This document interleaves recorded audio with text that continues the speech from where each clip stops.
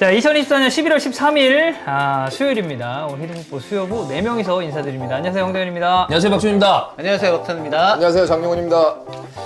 네, 아까 저희가 이제 본격적인 방송 스타트 전에 말씀을 드렸듯이 이제 장코치 개눈가리 시선은 이제 오늘 보고 이제 금요일날 출장을 가시기 때문에 이제 향후 이제 4주간의 이제 결장이 있다는 거. 미리 개눈깔 한 4개를 찍어 놓을까요? 내일 와가지고 내일 시간 맞나요? 한 4시간 해가지고. 네, 내일 시간 맞나요? 쉽지 않을 것 같아요.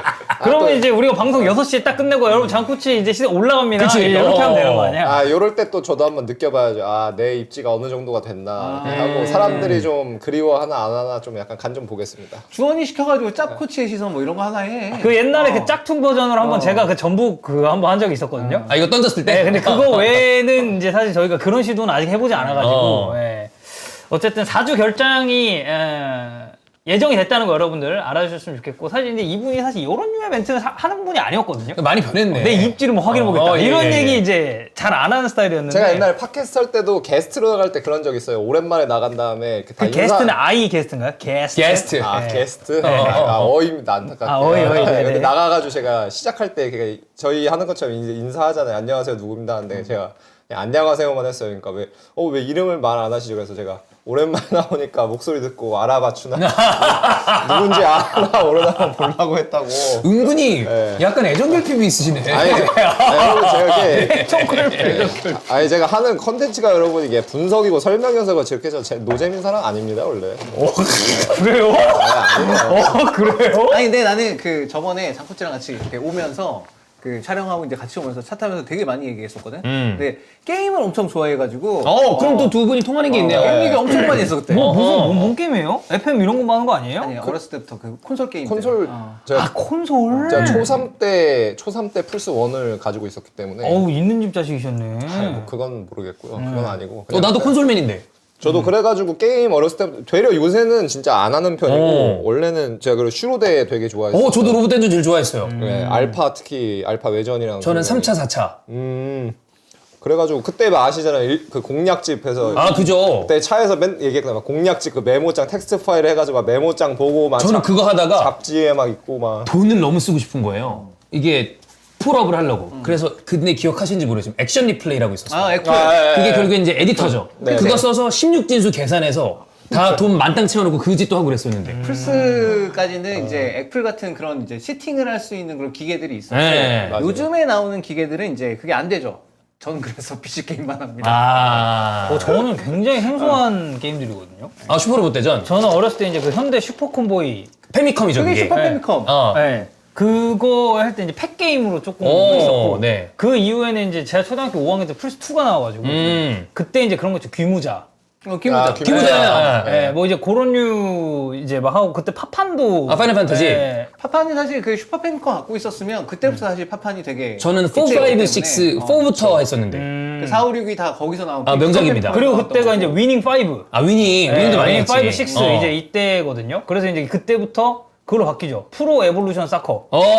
PS. 해외판으로 해가지고 그치? PS로 이렇게 해가지고 나오고 그랬었는데. 지금은 이프볼. 네. 그래요. 진상공무상 엄청 많이 했습니다. 상공무쌍은 이제 플스 핵심 작품 중에 하나였어. 진짜 코에이에서 나온 네, 코에이. 거예요. 진짜 많이 했습니다. 무쌍이라는 거 자체가 약간 남자들은 항상 로망이 있잖아요. 특히 이제 뭔가 머릿속에서 막 만화를 보거나 삼국지만 상상하면서 야 나도 이거 한번 싹 쓸었으면 200명 조지고 싶다 막 이런 걸로. 근데 그거를 실현하게 해준 작품이다 그치. 보니까 저것도 그 타격감이 좋죠. 저게. 오, 소울 칼리버. 네, 틀딱들 뭐라는 거냐 도대체.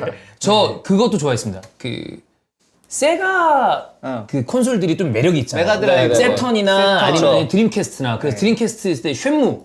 쉔무. 네, 그게 그때는 되게 임팩트 있는 작품도 결국에는 좀 잘 안 됐지만. 쉔무가 그 용과 같이의 거의 원형이라고 그치. 보시면 돼요. 맞아요. 오마야 뭐 신데이루 그거 나온 거 아닐까?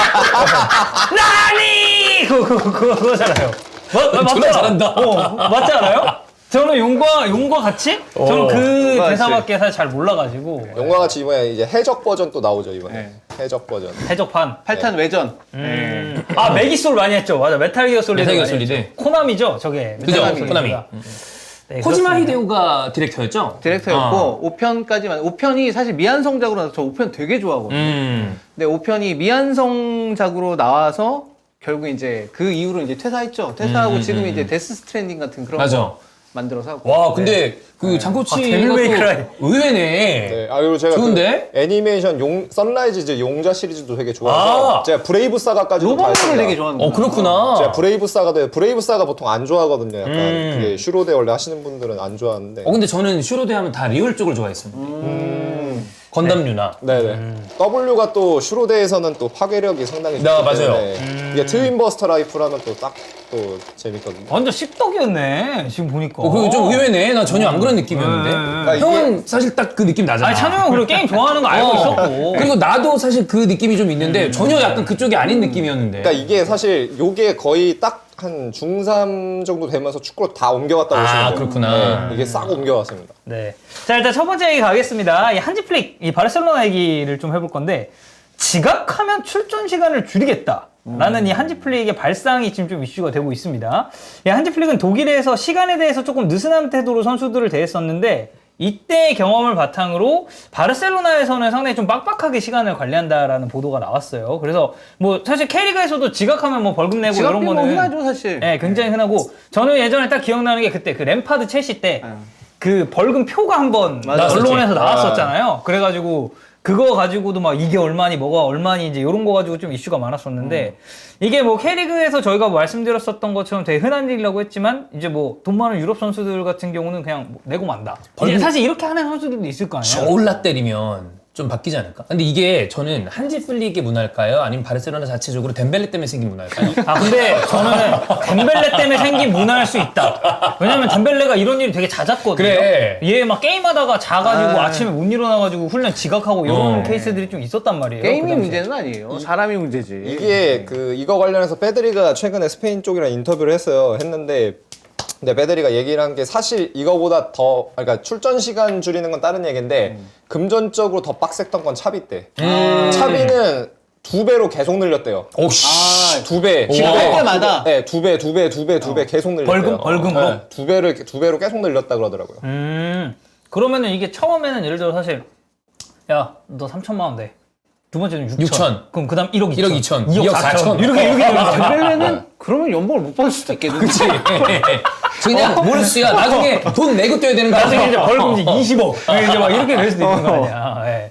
그래서 이제 한지 플릭이 이 벌금 대신에 출전 시간을 줄여버리는 이 방법을 선택을 했는데 본인들이 이제 선수라면 벌금 출전 시간 뭐가 조금 더 비중이 크다고 보시나요? 근데 마인드에 따라서 다를 것 같긴 한데 솔직히 출전 시간이 좀 더 큰 것 같긴 해요. 선수라면 누구나 뛰고 싶어 할 거기 때문에. 근데 약간 형이 선수라고 치면은 그 출전 시간에 대한 욕구가 되게 좀 센 타입일 아니 것 같아요. 나는 내가 바르셀로나에 있으면 출전 시간에 대한 욕구는 없어. 아 전혀 없어. 바르셀로나에 있으면 그런 욕구는 없어. 그냥 여기 그냥 있으면 돼. 그냥 여기는 여기 항상 얘기하지만 용의 꼬리가 낫거든요. 아 약간 뱀의 뱀의 대가리보다 머리보다는 용의 꼬리가 나요. 용의 꼬리가 낫다. 저는 이제 묻어가는 걸 상당히 좋아하는 사람이기 때문에 바르셀로나에 있으면 저는 출전 시간에 대한 불만 없지. 아 그래서 오히려 그냥 막 출전 시간 줄어들고 근데 이제 뭐 좀 객관적으로 봤을 때 네. 선수라면 출전 그치. 시간을 줄이는 게 이제 조금 더 타격이 클 것이다. 근데 만약에 나 같은 마인드를 갖고 있는 애다. 그러면은 어차피 못 나가는 거. 이럴 수도 있지.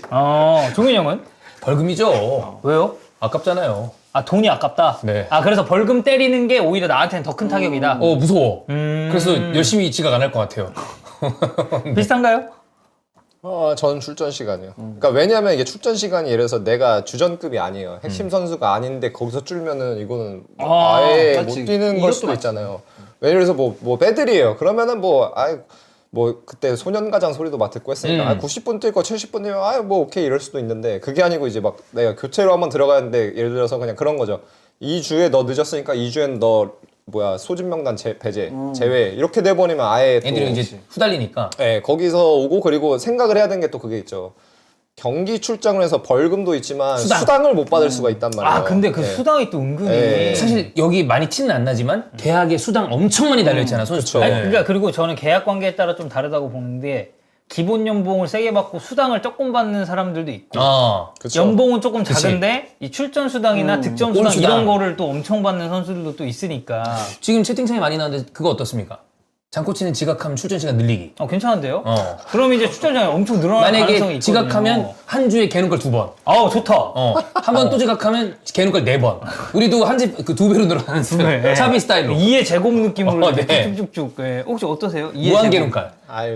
요새 안 듣지 않습니까? 네. 요새 뭐 되게 하셔도 됩니다. 딱 칼같이. 아니 그게 제가 몇 번 있기 그게 때문에. 그래서 그렇지 뭐 맨날 늦는 사람이 걸로 됐는데 그런 사람 아닙니다. 약간 긁혔거든요. 네, 근데 여러분들 진짜로 그게 몇 번 세게 임팩트가 있어서 그렇지 그래. 사실 원래 지각하고 이런 타입은 아니어서 네. 저는 출전 시간 줄어드는 게 오히려 좋습니다. 좋다고요? 저 완전 찬호 형이랑 생각 똑같아요. 저는 그냥 줄여? 요건 봤지 뭐. 약간 요렇게. 그러니까 물론 이제 지각을 안 하는 게 첫 번째지만. 그치. 예, 내 돈을 이제 가져가는 건지 좀. 그러니까 덕현이랑 저 같은 마인드를 갖고 있으면요 네. 팀이 잘 안 굴러가요. 이런 마인드를 갖고 있으면 여러분. 사람이 향상심이 있어야 되는데 이게 여러분 코치로서 말씀드리는데 이거 전염됩니다. 맞아. 그래, 진짜, 맞아, 진짜입니다. 맞아. 그럴 거야. 이거 그래요? 전염됩니다, 어. 진짜로. 팀 분위기에 이렇게. 맞아. 이렇게 특히 예를 들어서 여기가 뭐 한 30살이에요. 막 A매치도 막 한 2, 3, 4, 50경기 뛴 약간 그런 선수예요. 베테랑. 근데 이제 막 신인이 올라왔어요. 그래서 뭐 야마리야, 막 쿠바르시야 말 하면은 해도 되나 본데? 그냥 하나 보네? 그치. 뭐 이렇게 그래, 맞아. 진짜 돼요. 근데 어쩔 수 없어요, 사람이. 또 어린 선수들일수록 또 그런 그치. 영향을 더 크게 네, 받는. 그쵸. 맞아. 그러면은 이렇게 출전 시간 줄이는 거는 좀 효과적인 방식이라고는 보시나요? 뭐 찬호 형은 아까 이제 저는 뭐 괜찮은 것 같아요. 엄청 효과적이지 않나? 나는 선수들이 이거 되게 목숨 걸 것 같은데. 이거 우리가 그 용어로 한 얘기를 하지만 그래. 팀도 아니고 많이 뛰고 싶을 쓰는데. 생각이 이만큼 있을 텐데. 그리고 이게 제가 알기로는 요것만 하는 게 아니고 저 정확하게 기억이 안 나는데 기사를 그 좀 찾아보고 했거든요. 그러니까 뭐 경기 날 홈에서 경기하는 날은 경기 전후로 또 뭐 미팅을 하고 뭐 이런 것들을 되게 좀 많이 해놨더라고요. 그래서 그런 것들에서 이제 강제성을 좀 부여를 많이 해놨는데, 그러니까 특히 저는 좀 이게 중요하다고 보는 게 그 방금도 저희가 약간 선수들 나이 얘기했지만 특히 이제 밑에서 올라온 선수들이 많이 있잖아요. 지금 부상 때문에 그런 것도 있고 아니면 바르셀로나 정체성을 찾는 관점에서 이제 그런 평균 연령대가 되게 낮은 선수단이 구성이 되어 있는데 그런 걸 또 한시 플릭이랑 감독이 의식을 하고 하는 게 아닌가, 예, 그런 생각도 들더라고요. 뭐 저도 이거는 좀 진짜 일리 있다라고 생각을 하고. 근데 이제 좀 그런 거 있잖아요. 어쨌든 모두에게 공평하게 다 적용을 해야 되는 건 맞는데. 근데 뭐 예를 들어 진짜 그 한창 전성기 때 메시 같은 선수. 그 선수들이 그렇게 했을 때도 과연 이제 동일한 잣대로 출전 시간을 줄일 수 있느냐? 메시는 지각을 안 하겠지. 해야죠. 아니, 그러니까 안 하겠지만 해야죠. 그런 식으로 얘기를 하면 선생님 이걸 어떻게 해야 합니까? 그렇게 하라고. 예. 이게 지단이 그랬었죠, 유벤투스 때. 지단이 유벤투스 때 막 그 안첼로티 자서전 보면은 무슨 뭐 출발하기 뭐 10분 전인가까지 전화도 안 받고 안 나타나다가 막 나타나고, 그때 그 누구였죠? 페소토였나? 페소토. 걔가 지단, 그러니까 그 뭐야 지금 메시 아르헨티나 대표팀 그 뭐라 그래야지 그 추종하는 무리들이 있잖아요. 약간 그 데폴부터 해가지고 그 해적단, 해적단. 네, 수호단 있잖아요. 그 안첼로티 거기 보면은 유베 때도 그때 수호단 있었다고. 지단. 그래요? 지단이 엄청나게 네. 그 훈련장에서 보여준 몇몇 모습들 때문에 그럴만하지. 지단에 대한 수호단들이 있어. 네. 그 내부에서, 팀 내부에서. 그러니까 약간 그 실력에 대해서 리스펙트를 네. 해가지고 생긴. 그때도 그래서 안첼로티가 감독일 때 이거 출발해야 된다라고 했는데 그 수호단이 이제 계속 감독이 안 된다고 기다려달라고. 뻔뻔한 거 아니야? 지단 탈 때까지, 버스 탈 때까지 기다려달라고. 그래서 뭐 그 시간은 정확하게 기억이 안 나는데 시간이 오버됐나 아무튼 뭐 10분 전이었나 그때까지 기다렸는데 전화도 안 받고 하다가 나타나가지고 이제 갔다고 나와 있어요. 진짜. 지단은 천재과인데 뭐 이렇게 이런저런 에피소드를 들어보면 엄청 성실한 애티튜드만을 갖고 있는 스타일은 아니었던 것 같아. 애연가기도 했고. 그래요? 지단도 담배 폈어요? 네. 그거 나와가지고 되게 논란됐었는데, 담배 피는 모습, 그 사진 파파라치한테 찍혀가지고. 선수 때? 선수 때. 네. 저는 사실 이제 지단 전성기 좀 뒤니까. 막본 세대는 전이 아니라 사실 나도 레알 마드리드 때부터 봤지 유베 때 경기를 많이 본 건 아니기 때문에 완전 지단 세대라고 하기 좀 애매하죠. 제 지단에 대한 기억은 그거예요. 전 사실 이제 98 월드컵을 다 못 봤거든요. 06 월드컵? 02죠. 02? 네. 02는 지단 부상 때문에 마지막 거의 못 나왔는데? 뛰었지. 그러니까 그래서 내가 98 때 어. 저는 브라질 프랑스가 결승에서 붙는다고 하길래 저는 당연히 브라질이 우승한 줄 알았어요. 그럼 왜냐면 그때는 나도 어떤 브라질이 시기니까. 그냥 그래. 최고인 줄 알았어요. 아니, 정배긴 했을 거야, 아마 그때 네. 당시에는. 근데 그때 지단이 헤더론가 막 그거. 골라가지고 이겼었나? 그리고 마지막 뿌띠까지. 그래서 지단이라는 선수가 엄청 잘하는 선수구나 라고 해서 이제 02년 월드컵이 됐죠. 그래서 와, 지단이 오는구나, 이렇게 경기를 하는구나. 근데 이제 그때 이제 부상 당해가지고 이제 못 뛰고, 그게 이제 지단에 대한 마지막 기억이었다가 은퇴했잖아요, 국대를. 그랬다 다시 돌아오기 전에. 06년도에 이제 예. 다시 돌아와서 맞아. 저는 이제 거의 말년만 이제 좀 어. 본 세대라 이거 되게 저 입장에서 좀 흥미로운 얘기였습니다. 그 지단의 위상이라는 건 결국 대표팀에서 완성된 건데 그죠? 98년 프랑스 월드컵에서 프랑스의 첫 번째 월드컵 우승을 견인했고 그치. 그다음에 유로 2000 유로 2000에서 또 어. 그 거의 그 유로 2000 4강이 진짜 역대 최강 4강이 다 모인 그 대회에서 제일 레전드. 센 네 팀 어디, 이탈리아, 어디? 네덜란드, 프랑스, 포르투갈 이렇게 그때 4강이었거든요. 피구의 포르투갈이었어. 그때 그 골든 제너레이션 때죠. 그래서 울프스타 있고. 네덜란드랑 이탈리아랑 하고 그다음에 포르투갈이랑 프랑스랑 하고 그래서 피구 대 지단 해가지고 이제 이기고 피구 저 휘슬 불리기도 전에 나갔어. 아 진짜. 경기 안 끝났는데. 오 약간 호날두 역시 포르투갈? 마지막에 페널티킥이 나왔어요. 그리고 딱 하니까 그냥 나갔어. 그러고서 결국 이제 이탈리아랑 결승전에 붙었는데 그것도 1대0으로 끌려가다가 막판에 결국 우승을 하면서 그치. 그러면서 이제 지단이라는 선수의 위상이 엄청나게 올라갔고 그리고 010이 레알 가자마자 챔스 가자마자 우승했으니까 챔스 우승. 그때가 이제 지단이 완전 진짜 그- 레버쿠젠 그 그치. 발리골. 몰라 멋있는 98 때도 보면 사우디전 때 퇴장당하는 거 이런 거 보면 우리가 아는 성실한 메시 같은 스타일이랑은 지단은 좀 약간 거리가 있는 사람이긴 해요. 엄청 성깔이 있는 어, 선수야 진짜. 솔직히 성격 더러워. 그러니까 지단. 박치기. 그지? 네. 사우디 선수 등 발로 밟아가지고 퇴장당하고 그다음에 마테라치 그래서 그 중간에 헤딩해가지고 공백이 있어갖고 프랑스의 위기를 사실 지단이 초래했어요. 그때 막 그런 얘기 있었는데 싸뇨린가가 그 지단 박치기 하고 진짜 죽여버리고 싶다고 그러면 하지. 인터뷰하고. 근데 그때 뭐 튀랑이 캐리하고 막 그러면서 다시 이제 제교도에 갔다가 결국엔 결승전에 캐리했으니까 이제 지단이 이렇게 된 거지. 오 재밌네요. 난 지단은 사실 이제 그 뒷배경 같은 거 잘 지단 몰라가지고. 그래서 더 매력적인 것 그래, 같아. 되게 매력적이야. 캐릭터 그래서. 자체가. 그러니까 약간 그렇게 살짝 그 이제 워크의식이라는 말을 하잖아요. 그런 게 살짝 불성실할 거면, 그러니까 이 졸라 정도 잘해야 돼. 압도적인 그 네. 퍼포먼스를 그럼. 보여줄. 그러니까 덴벨레가 나는 욕을 먹는 게. 애매하게. 아니, 그러니까 잘하는 선수야. 그리고 주사위 던졌을 때 잘 나오면 전 긁히는 날 덴벨레는 진짜 무섭다고 생각하거든요. 근데 덴벨레는 사실 그 편차가 이제 너무 심한데 워크의식도 이제 좀 안 좋다라고 많이 나오다 보니까 오히려 욕을 좀 더 먹지 않나. 예, 그런 생각도 있습니다. 안타까워하는 거지 사실 어떻게 보면 저 새끼 저거 성실하게 훈련받고 성실하게 다니면 쟤 분명히 잘할 애인데 그치, 재능이 있는 선수인데. 그렇습니다. 그래서 뭐 어쨌든 이 한지 플릭의 방식이 이제 추후 또 바르셀로나한테 이제 어떤 영향을 미칠지 한번 지켜보면 좋겠고. 자, 그 다음에 이제 은바페 얘기를 저희가 사실 히든풋볼에서 이미 몇 번 하긴 했어요. 근데 이번에 이제 그 기사가 나온 거를 이제 환영이 또 이제 대본에 넣어주면서 도대체 이제 은바페의 문제는 무엇일까? 라고 이제 몇 가지 항목에 대해서 이제 분석을 했습니다. 지금 뭐 해외 쪽 보도에 의하면 은바페가 지금 언해피를 난 언해피만 하면 왜 이렇게 북하고 생각이 나냐. 네, 언해피 하다고 하고요. 원해피를 좀 되게 일찍 띄웠네요. 아니 그 새끼 뭐 지금 행복하다니까 뭐 루카쿠는 지금 행복하죠. 지금 많이 잘하고 즐겨라. 네, 그래서 은바페가 언해피한 이유는 안첼로티 감독의 이 어떻게 보면 그 경기적인 플레이 스타일 때문이라고 하는데 레알 마드리드 역시도 은바페의 이 부진에 대해서 좀 우려를 하고 있다고요. 근데 이게 막상 스탯으로만 보면 나쁜 스탯 아니거든요. 두 경기당 한 골이잖아요. 이거면 그러니까 좋은 스탯을 기록하고 있음에도 우리가 이제 은바페에 대한 기대감이나 이런 게 그치. 너무 크다 보니까 상대적으로 은바페라면 조금 더 해줬으면. 경기력이 기대하는 만큼 안 나오고 PK 비율을 생각을 하면 사실 예상보다 많이 아쉽잖아. 그리고 그 빅경기에서 저는 은바페가 아직 뭘 빵 터트린 그렇지. 게 없어서 더 그런 것 같긴 근데 해요. 우리가 알고 있는 은바페는 사실 중요한 경기에서도 캐리를 하는 특히 뭐 그쵸. 월드컵 결승 생각하면 말도 안 되는 선수니까. 근데 이게 은바페 문제 관련해서 이야기를 할 때 이 겹치는 그 포지션에 관련해서도 좀 코멘트가 있었잖아요. 그래서 이제 비니시우스랑 은바페가 롤이 좀 겹치는 게 아니냐라는 의견들이 굉장히 많이 나왔고, 은바페가 이제 9번 롤로 이제 올라갔을 때, 그러니까 중앙에서 뛰었을 때, 사실 얘가 9번에 어울리는 선수는 좀 아니잖아요. 오히려 이제 측면 쪽이 더 나으니까. 근데 이제 이 안첼로티의 지난 시즌을 보면, 어쨌든 이 양반은 우리가 그 영훈 형이랑 그 레알 얘기할 때도 다루긴 했지만, 비니시우스 호드리고 왼쪽 배치하면서 이거는 되게 좀 큰 성공을 거둔 전술이었다고 봤거든요. 윙의 윙. 그 약간 윙의 윙이지. 그래. 윙의 윙 느낌인데. 감스트가 예언한 거야. 윙의 윙. 윙이 그게 이제 아마 피파 3 때 맞아. 나온 거였을 텐데.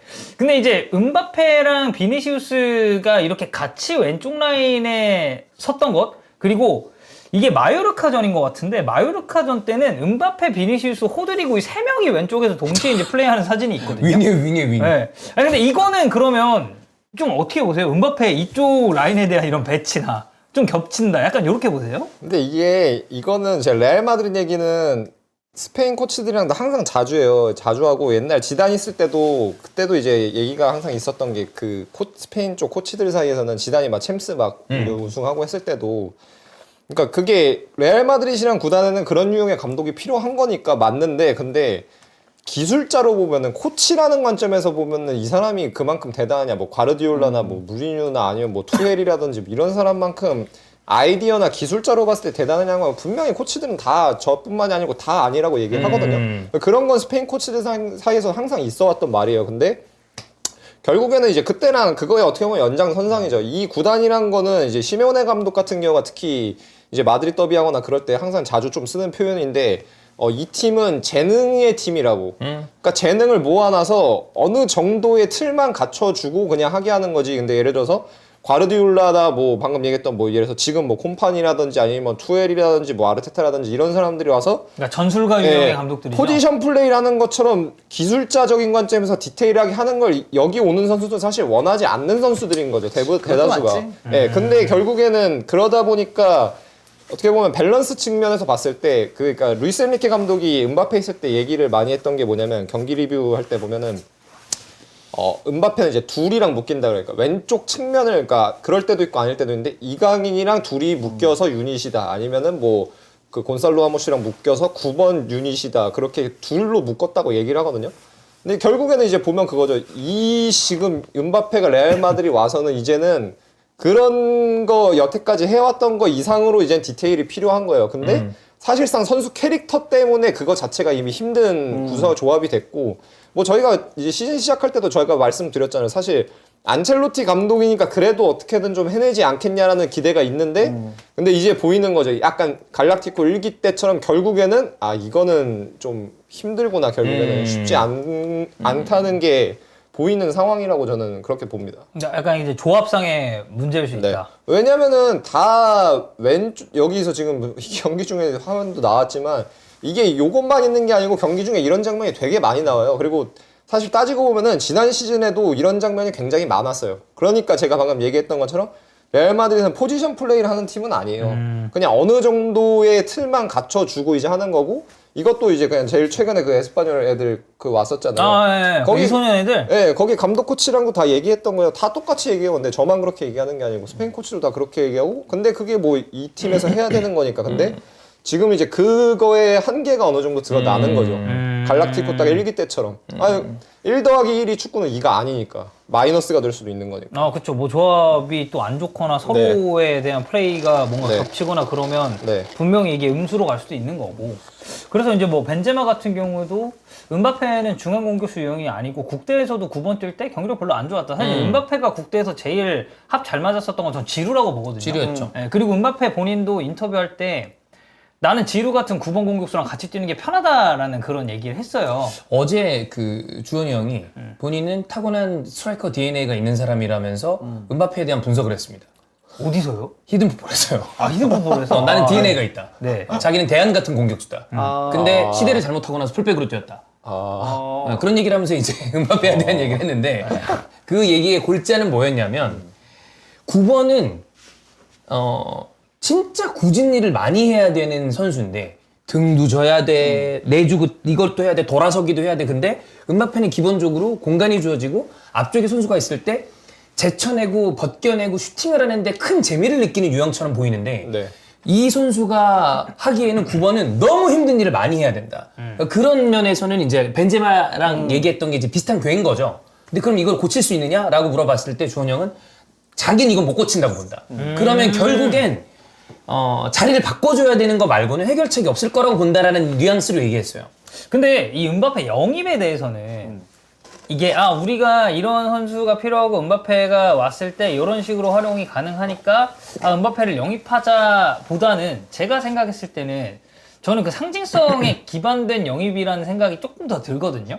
물론 이제 뭐 아예 플랜이 없이 영입을 하지 않았겠지만 이제 그래서 이제 오히려 이런 불협화음이 나는 것 자체도 저는 레알 마드리드 계산안에는 어느 정도 있지 않았을까라는 생각이 좀 들긴 해요. 이럴 수도 있지 않을까? 네, 그냥 왔을 때. 근데 이거 입장 바꿔서 제가 페레조스도 음바페 사요. 레알 마드리드라는 클럽이 추구하는 방향이 그거니까. 아까 얘기했던 대로 나는 그 장코치가 얘기했던 것처럼 약간 느낌이 어차피 우리가 하는 축구는 그렇게 정교한 축구라기보다는 네. 선수들의 퀄리티를 극한으로 구성원으로 만들어 놓고 잘 돌아가게끔 어느 정도 틀만 만들어주고 브랜드 효과 그 다음에 선수들에 대한 어떤 그런 그 네임밸류 이런 걸로 클럽이 돌아가게끔 만들어 놓은 거라면 사실 음바페를 안 사오면 안 되는 선수다라고 난 파악하는 게 맞지 않나. 하긴 뭐 그 베컴 다큐에서도 그래서 베컴 왜 샀어요? 수입 3배 뛰었어. 그래. 이렇게 얘기하니까 뭐 사실 할 말이 없더라고. 그죠? 보니까. 근데 저는 이게 그리고 그것도 있는 게 옛날에 무리뉴가 맨유 감독일 때 그런 얘기를 한 적이 있어요. 그래서 포그바 예로 들면서 포그바는 뭐 예를 들어서 맨체스터 더비란다. 그러면은 100% 자기의 기량을 보여준다. 근데 문제는 뭐냐면 크리스탈 팰리스랑 할 때 아니면은 뭐 크리스탈 팰리스 아니면 뭐 풀럼이랑 할 때 이럴 때는 자기의 100을 절대 보여줄 수가 없는 선수로 동기부여가 안 돼 있다고. 그렇기 때문에 이제 리그에서 경기력 같은 경우는 이제 들쭉날쭉하다. 그리고 선수단에 아마 그때 뭐 포그바 말고도 이제 좀 그런 선수들이 좀 있다. 결국에는 호날두처럼 이제 탑 클래스라는 거는 모든 경기에서 100%의 동기부여를 가지고 있어서 모든 경기에서 일관적인 모습을 보이지는 못하더라도 보여주려고 해야 그래도 그 트라이가 되니까. 네, 일관적인 게 그래도 최대한 나오는 거니까. 근데 거기서 이제 좀 어려움이 있다 이런 얘기를 했었는데, 그러니까 저는 이 지금 레알 마드리드 같은 경우도 특히 이제 비니시우스나 음바페 같은 경우는 딱 저는 그런 유형이라고 생각을 하거든요. 그래서 근데 벨링엄은 또 저는 결이 좀 다르다고 생각해요. 맞아. 맞아요. 벨링엄은 그 제가 예전에 벨링엄 할 때 그 분데스리가 때 중립볼 경합 1위 그 밑에서부터 계속 올라오거든요. 뭐 5위인가 했다가 3위 했다가 2위 했다가 이렇게 1위 올라오는데 그런 걸로 보면 일단 기본적으로는 엄청 투쟁심이 강한 선수라서 벨링엄 같은 경우 예외인데 지금 우리가 얘기하고 있는 뭐 비니시우스나 음바페 같은 경우는 사실 딱 저는 전형적인 그런 경우라고 봐서 그러니까 리그에서가 특히 저는 좀 어려움이 있을 거라고 생각하고 있는데 반면에 저희가 뭐 플로렌티노 페레스의 머릿속에 들어가 볼 수는 없지만 딱 말씀 주신 것처럼 이게 이 사람이 가져가는 구단의 방향성 혹은 구단의 브랜딩이라는 게 어떻게 보면 다른 구단에 비해서는 되게 이질적이잖아요. 그죠. 이질적이고 굉장히 그리고 이렇게 할 수 있는 네. 구단이 내가 없어. 없어. 얘네만 할 수 있는 거야 이거. 네. 뚜렷한데 근데 그렇게 보면은 이 사람은 당연히 리그 우승도 해야겠지만 결국에 뭔가 그 단판 승부로 끝나는 챔피언스 리그라는 거에 대한 거에서 브랜딩 가치 좀 높게 두고 있다면은 이것도 결국에는 약간 계산범위 있지 않았을까. 이렇게 해도 어쩌고 저쩌고 해도 결국에는 이 선수들이 동기부여를 100% 200% 받아서 뛰는 챔피언스 리그 단판 가서는 결국에는 또 골 넣고 이게 아시잖아요. 뭐 막 이제 그 단어도 저도 잘 몰라요. 서수로 뭐 운데시마 한다는 군대씨발.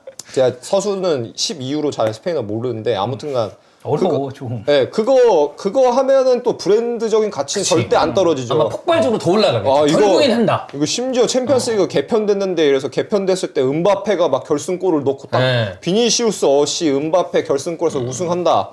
그러면 나는 뭐 아무 문제 없어. 뭐 수익도 뛰고 뭐 브랜드 가치도 더 올랐어. 우리의 그 입지는 더 확고해졌어. 이렇게 생각할 수도 있으니까. 저는 말씀하세요. 얘기하세요. 음바페를 봤을 때 저는 이제 장코치만큼 축구를 디테일하게 전혀 모르니까 이런 전술적인 부분이나 이런 거보다 저는 그 제가 만약에 지도자인데 좀 권위 있는 지도자라면 음바페한테는 어디에서 이렇게 뛰어라는 얘기보다 마인드셋을 바꾸고 싶어하는 마음이 되게 클 것 같거든요. 그 루초가 뒤에 네. 얘기하겠지만 네. 그 수비 가담적인 측면 그치. 얘기한 그 비디오 세션 네. 그거 더 화제됐었거든요. 이게 나는 단순히 어떤 수비 가담의 문제도 있겠으나 나 약간 그게 있는 것 같아. 그 필드 안에서의 마인드셋이 아니라 그때 이제 파비앙의 이야기를 들어봤을 때 그리고 우리가 좀 묻어져 나왔었던 기사를 봤을 때 프랑스 내에서 음바페의 위상이 우리가 상상하는 거랑 아예 레벨이 다르더라고요. 그러니까 이거는 축구 선수로서 음바페가 아니라 인간 음바페의 위상이 달라. 근데 사람인지라 그런 위상이 있는 선수와 인간이라면 아무리 머리 좋은 사람이라 할지라도 저는 이 축구 경기에 모든 걸 쏟을 수 있다거나 승리를 위한 모든 어떤 집념을 쏟을 수 있는지에 대해서 잘 모르겠어요. 근데 그런 부분을 좀 만져줘야 될 필요가 있잖아요. 왜냐면 프랑스 안에서 이 사람 왕이었어. 아니 대통령보다 영향력 있는 사람이라며. 근데 어쨌든 바깥으로 나왔잖아요. 그러면 제가 보기엔 이거 적응 안 될 수도 있습니다. 아니면 뭐 혹은 왜 이렇게 지랄이지? 이런 생각을 할 수도 있고. 그러니까 그런 거에 대한 어떤 긍정적으로는 어루만짐, 부정적으로는 체근도 하고 그러면 좀 좋아질 수 있는 부분이 좀 있지 않을까.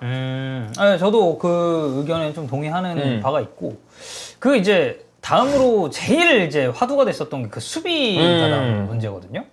근데 앙리가 이제 그런 얘기를 했습니다. 음바페 최전방에서 역할을 제대로 못한다. 그리고 공격 라인이랑 너무 떨어져 있고, 그러니까 주드 벨링엄 같은 경우는 라인 돌파해서 공격 전개하고 본인이 직접 하는 게 이제 있는데 음바페는 그런 움직임을 좀 보이지 않는다라는 이야기를 했어요. 그래서 제가 최근에 본 경기 장면 중에 하나가 그거거든요. 레알이 막 중앙에서 오른쪽 살짝 치우친 구간에서 막 볼다툼을 하고 있어. 벨링엄이 막 거기서 고군분투를 하고 있어. 벨링엄은 그렇게 하잖아. 근데 반대쪽으로 카메라가 전환이 됐는데 음바페 비니시우스가 왼쪽에서 둘 다 이러고 서 있는 거야. 근데 거기에다 대고 벨링엄이 막 화내는 그 장면이 있었거든요. 근데 저는 그게 이 비니시우스와 음바페가 보여주는 수비 가담에 대한 리스크를 가장 잘 표현한 그 샷이 아닌가라는 생각이 좀 들더라고요. 그래서 뭐 이 앙리가 이제 또 했던 말을 추가적으로 얘기를 하면은 그 10번 포지션 선수가 라인 깨고 수비 역할까지 하는 거 이거 그렇게 하면 경기 어떻게 이길 거냐. 근데 어쨌든 그 역할을 하고 있는 게 벨링엄이니까. 그래서 이제 음바페나 비니시우스에 대해서 조금 더 이 벨링엄이 느끼는 감정이 좀 약간의 답답함. 그리고 아니 지금 우리 다 이러고 있는데 니네 뭐 하냐라고 이제 얘기를 할 수 있다라고는 생각을 해요. 그래서 보면 실질적으로 지표를 놓고 비교를 한 게 레알 마드리드 듀오 비니시우스 음바페 그리고 이 라리가 듀오 하피냐 그리고 라민 야말을 가지고 이렇게 비교해 놓은 게 있거든요. 그 수비 스탯에 관련해서. 와이씨 이거 숫자가 근데 좀 심하네. 이거는 저희가 이거를 CG를 뭐 따로 띄워드리진 못하는데 그냥 간략하게만 보면은 이거 클립에는 나갈 수 있으니까 또. 네. 리커버리, 인터셉트, 뭐 태클, 그리고 태클 플러스 인터셉트, 뭐 클리어런스, 그리고 이제 수비 진영에서의 태클, 미드 진영에서의 태클 이런 게 음바페랑 비니시우스는 거의 한 20%, 30%? 낮게 나온 거는 막 클리어링 같은 경우는 뭐 이거는 뭐 수비수는 아니니까 뭐 한 8%, 뭐 3% 이렇게 나온 게 있는데 그에 반해서 바르셀로나의 야말이랑 하피냐는 대부분의 수치가 이들보다 훨씬 더 높게 이제 책정이 돼 있다는 거죠. 야말 같은 경우는 특히 뭐 태클이나 인터셉트는 뭐 82%, 97%뭐 이렇게 찍고 있으니까 그래서 이런 데에 있어서의 오는 괴리감이 팬들 입장에서도 어쨌든 레알 바르사가 라리가에서 인기가 제일 많은 그죠. 팀들인데 이 두 경기만 봐도 좀 이렇게 너무 확실하게 티가 나지 않나. 저는 결국에는 선택의 순간이 올 거라고 생각합니다. 비니시우스하고 음바페. 아 비닐이냐 음바페냐. 둘 중 하나. 결국에는 선택의 순간이 올 거라고 생각해요. 오호. 지금 한 시즌 돌려보니까 이거는 축구적으로는 안 될 것 같거든요. 축구적으로는 안 돼. 선택의 순간이 올 거라고 생각해요. 둘 중에 누구 하나만. 그리고 지금 축구적으로 이거를 해결을 한다면 안첼로티가 진짜 획기적인 전술을 만들어서 쓰는 거 말고는 없어 보이는데 244. 아예 244요? 호드리고를 빼고 그 두 명을 투톱으로 세우면 좀 나으려나? 그래서 아예 투톱 느낌으로 투톱 원톱이 느낌으로 아니라 그 밑에 벨링엄 있고 이렇게 해서는 이렇게 앞쪽에 두 명 정도가 그냥 전체적으로 이제 수비를 할 때 있어서 두 명 정도 빠지는 거잖아. 네. 사실 밸런스 맞추는 것도 너무 힘들 거고. 이런 수비적인 부분은 좀 어떻게 보세요, 음바페? 근데 그냥 뭐 어쩔 수 없는 거라고 생각을 해요. 그냥 이거는 그 플로렌티노 페레스라는 사람은 이런 것도 어느 정도 염두에 뒀을 건데 제가 아까 말했던 게 이거거든요. 레알 이거 아마 알고 있었을 계산 안에 거예요. 어느 정도 있지 않았을까. 네. 네, 축구적으로는 분명히 왜냐면 그 사람이 엄청 똑똑한 사람인데 갈락틱 굴리기 해봤잖아요. 그때도 뭐 약간 디테일은 다르지만 결국엔 같은 그런 결에서 문제들이 있었고 축구적으로는 성공했다고 절대로 볼 수가 없었는데 분명히 어느 정도 인지를 하고 있었을 텐데 그러니까 뭐 모르죠. 그러니까 수비적으로 근데 솔직히 저는 감독 코치 입장에서는 저는 골 못 보죠. 솔직히 이거는 이거- 못 봐요. 그럼 아까 찬우 형 얘기한 대로 비니시우스랑 음바페 선택의 순간이 왔다 칩시다. 그러면 장코치 누구 쓰나요? 둘 중에 하나만 써야 된다. 저는 음바페죠. 음바페. 형은요? 음바페요. 네. 넌요? 제가 비니시우스 해야 되나요? 아니요. 음바페죠. 그럼 아까 어떤 분 얘기대로 갑시다. 비니시우스 안양 와라. 성격 기념으로. 안양. 아니, 아까 어떤 분이 그랬어요.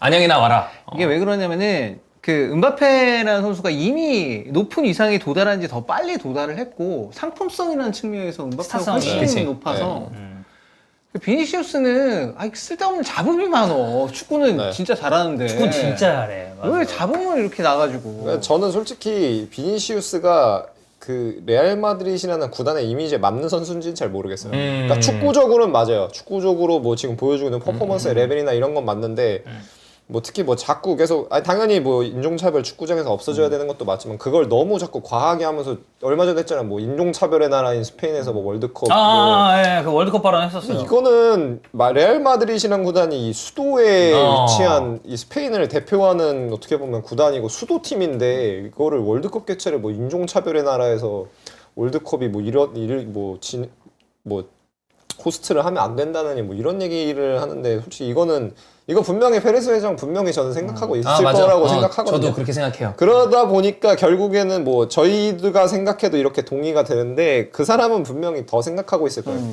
이 사람 아시잖아요. 그 레알 마드리드 팬분들은 뭐 라울 구티부터 해가지고 은퇴할 때 카시아스도 그렇고 은퇴식 제대로 한 선수도 없고 라모스도 마찬가지고 뭐 라모스는 조금 결이 다르긴 하지만 어쨌든간 이 사람은 선택의 순간이 왔을 때는 진짜 짤 없는 사람이잖아요. 완전 그냥 싹 쳐내버리는 사람이라서.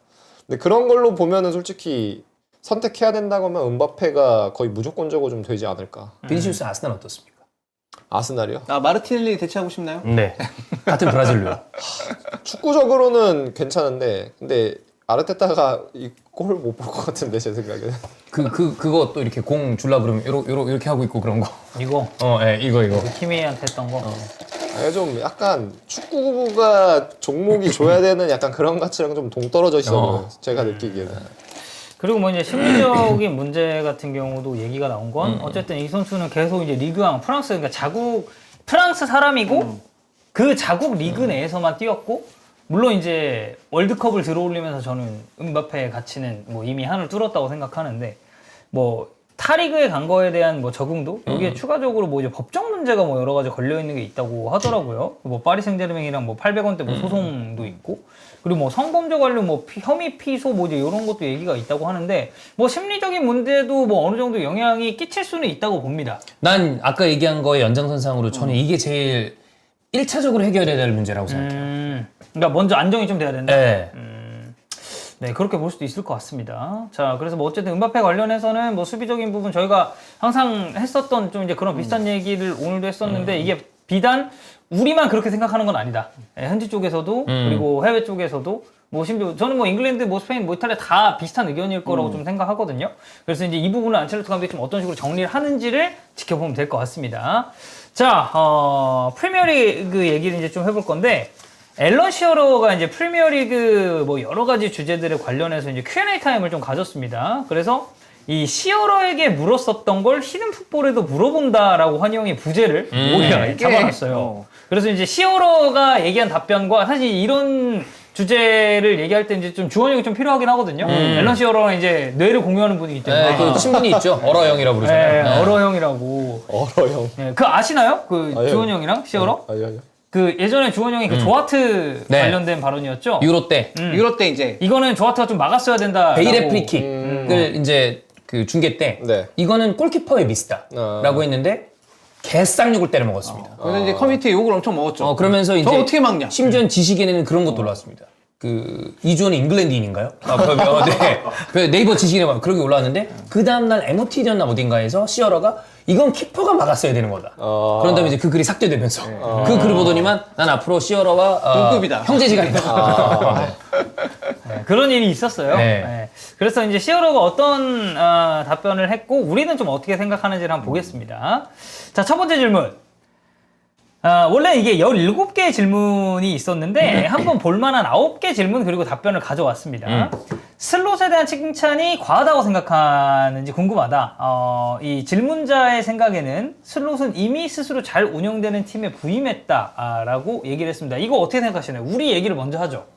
아니 이거 잘하고 있죠 당연히. 졸라 과도한 잘하잖아. 정도는 아닌 것 같은데 이 정도면 과도한 게 아니라 그러니까 장기간 감독이 오랜 기간 동안 있었던 팀에 들어간다는 것 자체만으로도 부담일 텐데 그거를 훨씬 상회하는 퍼포먼스를 지금 보여주고 있는 거니까 결과도 내고 있고 그러니까 이거는 뭐 과도한 칭찬이 아닌 것 같은데 그냥 딱 그냥 지금 하고 들을 만한 있는 칭찬. 것만큼의 어떤 칭찬을 해주고 있는 것 같아요. 이거 비슷하신가요? 요거는? 저는 과하다는 게 기준이 뭔지에 따라서 달라질 수 있다고 생각하는데 저는 근데 제가 느낀 건 결과를 칭찬한다고 생각해요. 저는 저는 결과를 칭찬하고 그리고 본인이 자꾸 인터뷰에서 얘기하거든요. 아 우리 그 정도 아니라고 맞아. 자꾸. 근데 그게 물론 겸손의 의미도 있을 수 있겠는데 저는 경기 보면 그 사람이 말하는 게 무슨 말인지 보여요. 절대 완벽하지 않고 질 수 있었던 순간들이 있거든요.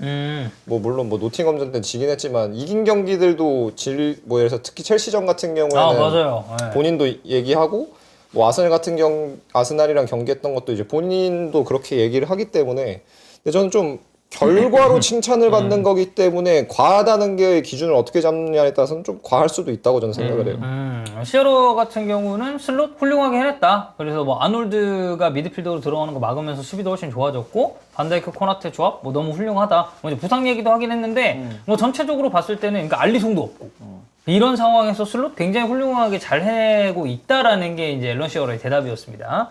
자, 그 다음 울버햄튼은 게리 오닐을 대체해야 된다고 생각하느냐? 라는 질문도 있었어요. 울버햄튼이 사실 이제 어쨌든 좋지 않는 행보를 지금 보이고 많이 있기 어렵죠? 때문에. 예. 그래서 뭐 이 부분에 대해서는 제 생각을 먼저 말씀을 드리면 그러니까 이게 퍼포먼스가 너무 안 좋고 상황 자체가 저는 지금 울버햄튼한테 많이 안 따르는 것도 있다고 보거든요. 그래서 그러니까 여기는 지금 경기력이나 이런 것보다는 이제 결과를 좀 어떻게 챙기느냐. 그치. 전반기의 마무리를 좀 어떻게 하느냐에 따라서 좀 달라지지 않을까. 라고 생각을 합니다. 시간이 그렇게 많이 주어질 것 같지는 않은데. 이 상태로 만약에 12월까지 간다. 그러면 뭐 바꿀 수밖에 없지 않겠나? 그런 생각이 들어요. 네.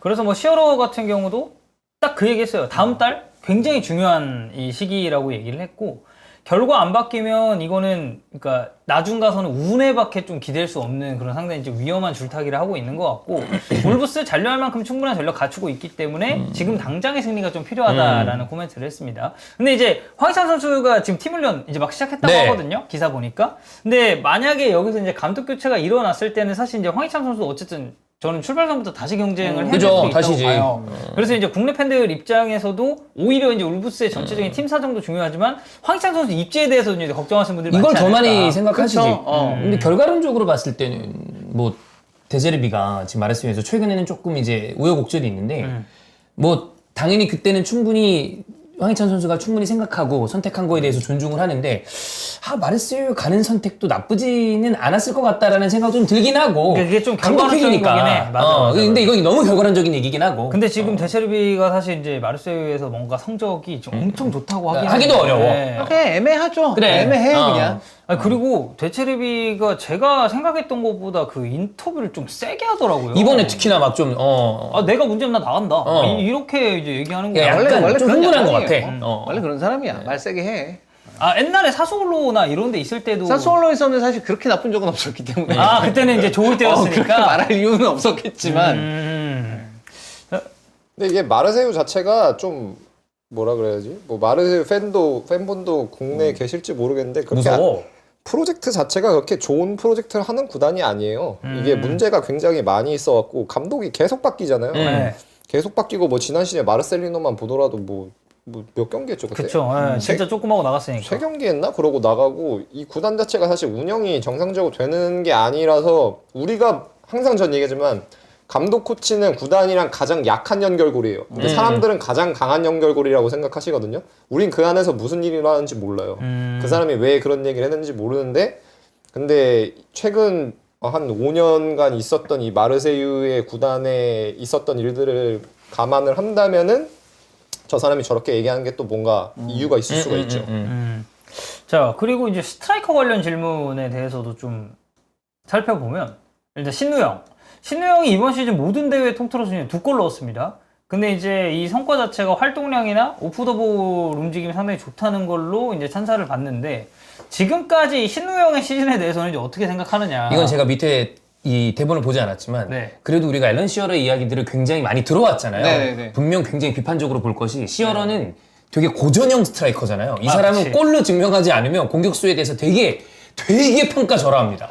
아마 그런 얘기를 하지 않았을까. 형 생각은 어떤데요? 저도 아무리 오프 더 볼 움직임이 좋다 하더라도 저는 공격수는 골로 증명하는 자리가 맞다고 생각합니다. 저는 예전에 저 이 다이누네스에 대해서 얘기를 한 적이 있어요. 아마 그것도 히프이였던 것 같은데 저는 이 선수는 이게 개선이 안 될 거라고 생각하거든요. 그런 선수 많이 있어요. 사실 그 슛을 선택하는 데 있어서 잘못 선택하는 선수를 종종 있어. 그거는 여기 시어러가 말한 대로 진짜 연습 많이 해서 고쳐질 수 있어요. 그때도 똑같이 얘기했는데 라우타로도 그런 선수였거든. 걔도 슛하는 거 보면은 저 새끼 왜 저기서 저렇게 차지? 그러니까 그런 게 좀 있었어. 네. 근데 그게 개선이 되니까 걔 득점왕도 하고 그랬단 말이야. 얘는 안 될 것 같아. 그냥 형의 내가 느낌으로. 봤을 때는 안 될 것 같아 그냥 저게. 그러니까 그게 이해가 가야 되잖아. 얘가 왜 저런 왜 저런 선택을 슛을 했을까? 하는지. 난 이렇게 이해 안 가는 선수 본 적이 없어. 저는 뭐 저도 여러 번 얘기했는데 저는 인자기를 되게 좋아하거든요. 그냥 딱 하나예요. 저는 공격수는 뭐 오프더 버리고 자시고 그냥 골만 넣으면 됩니다. 그러니까 뭐 리버풀은 사실 윙포워드들이 득점력이 그래 좀 좋은 팀이잖아요. 이제 그래서 뭔가 이제 신우 형의 이런 게 저는 상당 부분 가려진다. 그러니까 만약에 윙포워드들이 이 정도 퍼포먼스를 못 냈는데 신우 형도 이러고 있다? 이러면 저는 지금보다 욕을 훨씬 더 많이 먹었을 거라고 이제 생각을 좀 해서 저는 일단 무조건적으로 골이 있어야지만 공격수 특히 스트라이커는 그 존재 가치에 대해서 이제 조금 더 증명을 할 수 있지 않나 라는 생각이고 시어러 뭐 종윤이 형 말대로 마찬가지로 얘기했습니다. 마무리 훨씬 더 좋아져야 된다. 그리고 그러니까 이 얘기가 있네요. 즉각적이고 본능적일 땐 괜찮은데 생각할 시간이 있으면 그렇지 않다. 그러니까 오히려 그러면 다 안 좋다는 거 아니야. 그러니까 그런 거 있잖아요. 그러니까 어떤 상황에 직면을 했을 때 솔직히 지금 신우 형이 어렸을 때부터 지금까지 축구를 얼마나 몇 경기 했겠습니까? 어마어마하게 많이 했겠지. 그래서 그런 비슷한 상황을 굉장히 많이 만나봤을 그래. 텐데 딱 거기서 본능적으로 나올 때는 괜찮은데 뭔가 골키퍼 1대1 그냥 완전히 오픈된 상황에서 이제 이럴 때 뭔가 이제 그 판단력이 살짝 흔들린다는 얘기를 시어러가 하는 것 같아요. 그래서 뭐 몰아치는 경기가 있지만 일관성이 없다라는 걸 일단 주 근거로 삼았고 그냥 연습해야 된다. 뭐 그냥 비슷한 것 같아요. 이 신우영에 관련된 코멘트는. 자 그리고 하베르츠 얘기가 있습니다. 하베르츠 아스날에서 센터 포워드로 계속 성장할 수 있다고 생각하는지 어떠세요? 하베르츠 하맘이시잖아요. 하맘.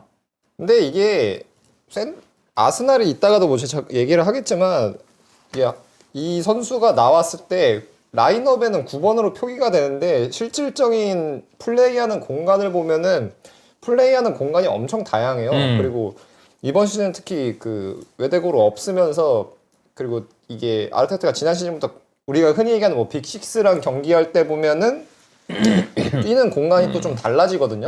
그래서 뭐 센터포워드로 플레이하는 경우도 있는데 사실 센터포워드로 하지 않는 경우도 있어서 그냥 저는 뭐라 그러지? 그냥 종합적으로 봤을 때 계속 성장할 수 있다고 생각하는지로 물어봐야 되지 않나 싶고 저는 거기에 대해서는 오케이라고 저는 그렇게 생각을 합니다. 동일합니다. 어떠세요, 하베르츠? 카이? 아르테타가 있다면 문제 없다. 다만 감독이 바뀐다면 카이도 아마 자리가 없어질 가능성이 크다. 지금 기용하는 방식이나 이런 것들 때문에. 네, 그러니까 이 선수는 아르테타 맞춤으로 데려온 선수라고 생각해요. 근데 저는 이 선수가 그러니까 이런 표현이 맞는지 모르겠는데 흔히 그 축구 팬들이 자주 쓰는 표현 있잖아. 쓰기 쉬운 유형의 선수는 아닌 것 같아. 되게 여러 가지가 아구가 잘 맞으면 활약하기가 좋으나 단순하게 생각했을 때 뭐 예를 들면 아까 얘기했던 레알 마드리드 같은 클럽의 스타일에 놓고 봤을 때면 이 선수가 그러면 어느 정도 활약을 할 수 있을까? 잘 모르겠다. 그 시어러는 카이 감명받았다. 사실 이제 전통적인 중앙 공격수가 이제 카이한테 완전히 잘 맞는 옷이라고 생각하진 않지만 뭐 아스날이 지금 어려운 상황에도 굉장히 잘해주고 있고 근데 시어러의 마지막 의견은 그겁니다. 결론적으로는 완벽한 중앙 공격수 필요하다. 여름에도 그랬고 지금도 여전히 그렇다. 이거는 이제 사실 제주스가 생각만큼 또 이제 제 역할을 많이 못 해주니까 붙인 코멘트인 것 같기도 해요. 여기 질문이 그거잖아요. 센터포워드로서 성장할 수 있다고 생각하는지. 저는 그렇다고 생각하거든요. 근데 그게 자리가. 그게 우리가 생각하는 9번 공격수는 아닐 그치. 거야. 그렇죠. 네. 그게 우리가 생각하는 9번은 아닌데 아스널이라는 팀의 중앙에 서는 공격수로서는 더 발전할 수 있다. 저도. 그리고 더 영향력을 많이 미칠 수 있다. 결국 좀 비슷한 결이네요. 네. 아르테타의 그런 전술 하에서. 그래서 밑에 질문이 아스날이 영입이 필요한 포지션이 윙어냐 공격수냐라고 물어본다면 저는 그냥 아르테타는 아스날의 상황을 무시하고 보면 공격수를 데려오면 좋겠다고 생각을 할 텐데 네. 아르테타의 축구 안에서는 저는 아까 뭐 얘기했던 것처럼 마틴리가 장점도 있는 선수지만 차라리 윙포워드를 좀 더 강력하게 서브든 선발이든 더 보강을 해주는 게 이 사람 축구에 더 맞는 것 같아요. 좋습니다. 자, 그리고 그 다음 이제 호일룬에 대한 평가도 물어봤거든요. 최근에 저희가 그 아무림 이제 분석하면서도 얘기했는데 이제 호일룬 관련 코멘트도 했었잖아요. 근데 시어러의 경우에는 이건 시어러 얘기를 조금 먼저 하자 보면 메가 클럽의 첫 번째 선택이 되는 것보다는 여기저기 드나들며 배우고 발전했어야 됐다라는 얘기를 했습니다. 하지만 여전히 유망하고 본인은 본인의 눈에 대해서 이제 좀 확신을 한다라는 코멘트를 했거든요. 호일룬에 대해서는 어떻게 보세요? 참 이제 아탈란타 때도 호일룬이라는 선수를 좀 계속 보셨잖아요. 너무 비싸게 샀지 솔직히. 가격이. 비싸게 사니까 그리고 활약을 한 시즌 이제 터져가지고 한 시즌 이제 터져서 잘 된 선수를 그 비싼 돈을 주고 또 리그도 옮겨가야 됐고 그러니까 저는 근데 원래 그 성장하는 그 단계로 본다면 맞게 되고 있는 것 같아요. 사실은 지금 이런 과정들이 이 과정들이 그러니까 큰 이적료 그다음에 맨유라는 팀 그런 것 때문에 이 선수에 대해서 많이들 좀 안 좋게 보는 시선들도 있는 것 같은데 저는 이 선수가 그냥 평범하게 성장하고 있는 그 단계를 갖고 있지 않나. 근데 이제 평범한 걸 기대를 했으면 그 돈 안 줬겠죠? 그쵸. 그리고 그리고 말대로 금액이 좀 세니까. 그게 문제야. 지금 맨유 팬들의 간절함과 갈망으로 봤을 때 평범한 성장 속도의 공격수를 과연 얼마나 기다려줄 수 있을 것인가. 그게 문제인 것 같아요. 솔직히. 그리고- 징크제이도 마찬가지예요. 아, 걔도 징크제이. 똑같아. 그러니까 좀 선대에 뛰었었던 공격수들의 임팩트가 더 세서 그런 걸 수도 있는 것 같아요. 이전에 워낙에 좋은 공격수들이 맨유는 많았던 팀이니까. 근데 사람들은 그 전체적인 맥락도 파악을 하지만 이전에 머릿속에 좋았던 것들이랑 비교하기 마련이잖아요. 맞아요. 아니 당장 최근에 감독했었던 반니. 반니를 봤던 사람이라면 아유 이게 될 텐데. 뭐 반니는 귀신이었으니까. 어떻게든 골을 넣었던 선수를 계속 봐왔던 사람들 입장에서는 심지어 좀 반니스텔로이는 맨유 올 때 한 번 그 메디컬 때문에 못 오고 그 다음 시즌에 왔거든. 근데 그러면 1년을 기다렸음에도 불구하고 잘해줬으니까 아마 기대치가 엄청 클걸? 그때 이제 에인토번에 있다가 맨유로 넘어왔을 맞아. 때죠. 네. 자, 그리고 이제 뭐 해리케인 관련 질문이나 뭐 이제 높게 평가하는 스트라이커 유망주 관련 질문도 있는데 이거는 뭐 사실 대답이 좀 애매해. 뭐 콜파머 얘기가 나오고 이래서 이거는 좀 건너뛰고 그 이번 시즌에 프리미어리그 VAR 프로세스 이거 잘 작동하고 있다고 이제 생각을 하느냐 혹은 이제 개선해야 될 점이 있느냐라는 이제 질문도 있었거든요. 근데 이거에 대해서는 시오로도 굉장히 단호하게 no. 네, 그렇지 않다. Oh no. 이건 그냥 우리 모두가 생각하는 거랑 좀 비슷한 의견인 것 같아요. 저는 요새도 이제 프리미어리그 VAR 보면은